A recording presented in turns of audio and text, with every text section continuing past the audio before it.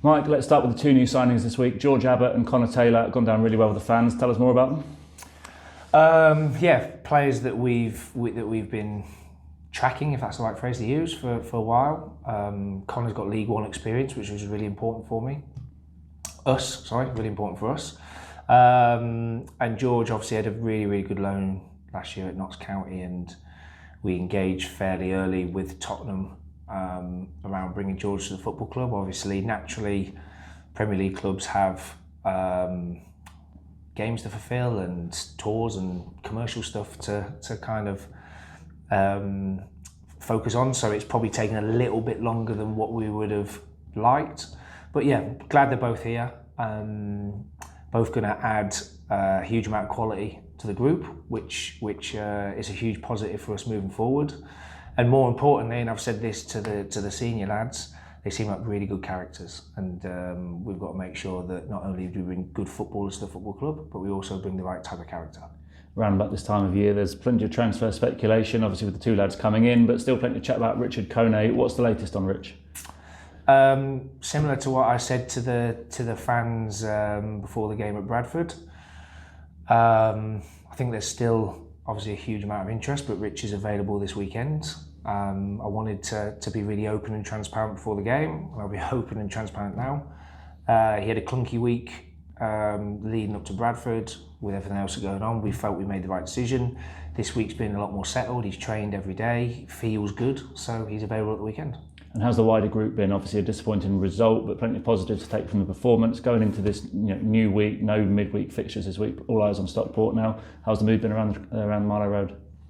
Yeah, I think the more I understand about this role, and obviously it's my first role as head coach, and I remember listening to a lot more experienced managers myself saying, when you lose games, it really kind of weighs heavy on your shoulders.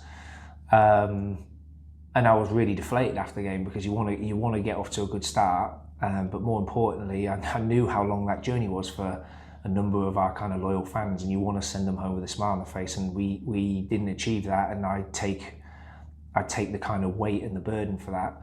But when you watch the game back, I was really proud of the group. I was really proud in terms of us sticking to what we believe is the right way to play.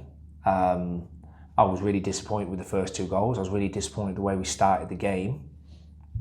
But when you go 2-0 down in front of a huge crowd, a big football club like that, and then for us to have the bravery of taking the ball over and over and playing the way we want to play for the remainder of the game, I think showed a huge amount of courage, a huge amount of, like I said, bravery. And people can talk about bravery in terms of headers and tackles and things like that, which is hugely important. But I talk about bravery in terms of, are you going to keep wanting to go and get the ball and keep playing the way we want to play? So I take a huge amount of pride in terms of how far we've come in such a short space of time. I said it after the game, and I'll say it again. This is the way we're going to play. It's not going to change. This is the direction that we're going in with the team. Have we got to defend the box better? Definitely. Are there things from a defending perspective we've got to be better at? Definitely. But the in-possession stuff I think was really exciting, and it's so interesting not this time last year, but the back end of the season I felt defensively we looked really strong, and our in-possession stuff was very average to say the least, and it's amazing how that's flipped. But we need to get the balance right, but that's going to take time, and I've said this in previous interviews. I've had 5 weeks with the group in terms of this new way of approaching the game, and what was evident on Saturdays, we didn't get the balance right, and we need to try and find that balance. Let's talk about Stockport. We played them really not long ago, the last regular game of last season. They too, like us, lost in the playoff semi-finals. They had a great start last week against Bolton. A tough test for our first home game. Yeah, I think, my personal opinion, I think they would be one of, if not the favourites. I think what they have done, they've recruited really well, but they've also got a lot of stability in terms of the manager, the playing style, what they're trying to do with the team. So they've had a really stable summer. Probably the opposite to us, but that's not a negative in terms of we're in an evolution, we're in a transition period. I don't think they are. And having watched the game, I thought they were really professional in terms of the way they approached the game. I thought they were good with the ball when they need to be good with the ball. I felt they defended well.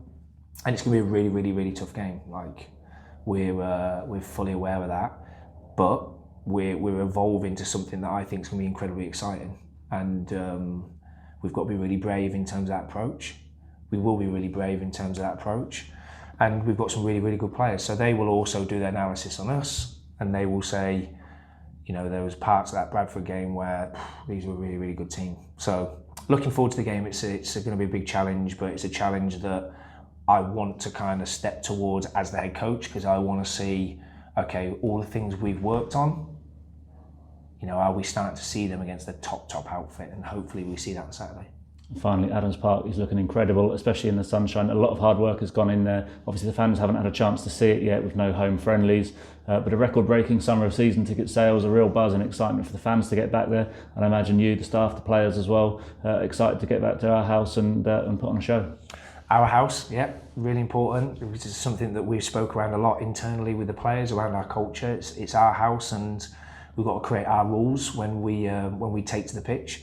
So yeah, look. I appreciate, obviously there was disappointment back end of the season. No one felt that disappointment more than the people inside this training ground.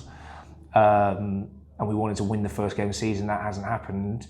But if you can try and take the emotion out of all those things and look at it from a different viewpoint, we've got a brand new training ground. We've got hopefully a style of play that people can really see and see the direction. Brand new pitch, which I think hasn't been laid for over 20 years, I think is what I was told. Huge amount of investment into the pitch, which obviously is going to help in terms of the playing style. Brand new dressing room, new dugouts, you know, completely revamped some certain areas inside Adams Park. It's a really, really exciting time. Much younger team, you know, developing young players. It's a really, really exciting time.